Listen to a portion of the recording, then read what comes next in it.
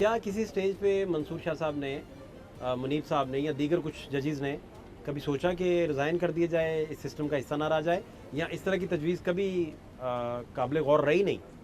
देखिए, मुझे नहीं मालूम कि इस हवाले से, लेकिन ये शुरू में जो है सब ने उनको यही कहा, ये इतला थी कि जी आप रहें, क्योंकि आप रहेंगे तो जो है वो एक उम्मीद रहेगी। लेकिन मेरा ख्याल है जो एक्सपेक्ट किया जा रहा था कि जी तीसरे नंबर से जज आएगा तो कोई रिएक्शन आएगा बड़ा स्ट्रॉन्ग।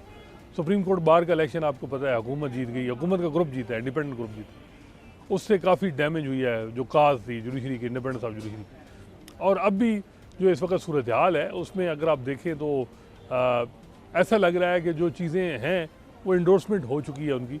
लेकिन 3 नवंबर 2007 को जज घर भेजे गए थे और मार्च 2009 में जज फिर बहाल हो गए, 2 साल लगे थे।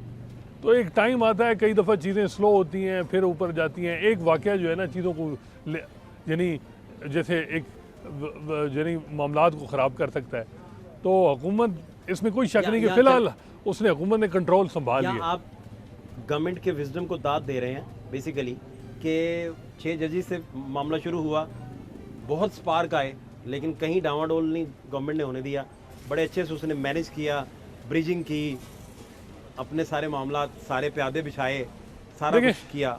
ये बेसिकली आप कह रहे हैं? देखिए, दाद तो बनती है काजी फैसल साहब, जिन्होंने 6 जजेस के ख़त पे भी जिस तरीके से उन्होंने उस मामले को चलाया, पूरे निज़ाम को जिस तरह चलाया, 26वीं आईनी तरमीम में 63A का फैसला करके जिस तरह 2/3 दिलवाई, रिकाउंटिंग में नून लीग के 3 MNA बढ़ा दिए। आपको और फिर हुकूमत का कोई शक नहीं है कि उसमें है, बिल्कुल उन्होंने जिस तरीके से ये अब सिस्टम लाए हैं कॉन्स्टिट्यूशनल बेंचेस, और जिस तरह सुप्रीम कोर्ट में उन्होंने चुन चुन के जज जो इंडिपेंडेंट थे उनको साइड लाइन किया, ये दाद बनती है। नहीं, आप ये नहीं समझते कि वो 63A जो है वो पंजाब में इस्तेमाल करके हमजा की हुकूमत ली गई उस वक्त? मेरा ख्याल है कि उसको गलत तरीके से किया जाता है। वो मुझे याद है कि जब हमजा शहबाज साहब के जो जिन लोगों ने वोट दिए थे उनको इलेक्शन कमीशन ने डी-सीट किया था, और आपको याद होगा कि बाई इलेक्शन चल रहे थे, सुप्रीम कोर्ट की जजमेंट आ गई। तो सुप्रीम कोर्ट ने कहा जी कि जो हमजा शहबाज हैं ये ट्रस्टी वज़ीर आला होंगे।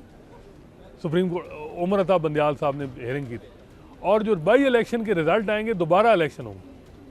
तो बाई इलेक्शन जब ज़िमनी इलेक्शन हुई है उन MPs की सीटों में, तो मेरा ख्याल है 19 में से 16 सीटें PTI जीत गई थी, और वाज़ेह अक्सरियत उनकी पंजाब में हो गई थी परवेज़ इलाही साहब।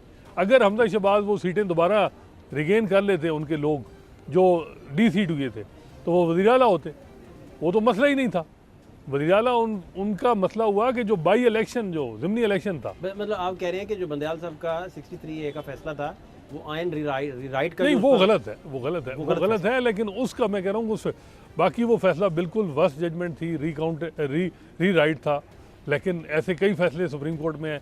अभी रिसेंटली जैसे अमीनुद्दीन खान ने एक जजमेंट लिखा कि एक जज रिटायर हो जाए तो उसके खिलाफ अगर सुप्रीम जुडिशल काउंसिल ने कार्रवाई शुरू की हुई है तो फिर भी उसको निकाला जा सकता है, और आपके सामने मज़ाहिर नकवी को निकाला गया, पेंशन सब कुछ ख़त्म, हालांकि चले गए थे, टैक्स करके चले गए थे। जी, आइन आर्टिकल 209 बड़ा क्लियर है कि मिसकंडक्ट की कार्रवाई हाई कोर्ट या सुप्रीम कोर्ट के जज के खिलाफ होगी। जब जज रिज़ाइन कर देगा तो फिर जज ही नहीं रहा, तो फिर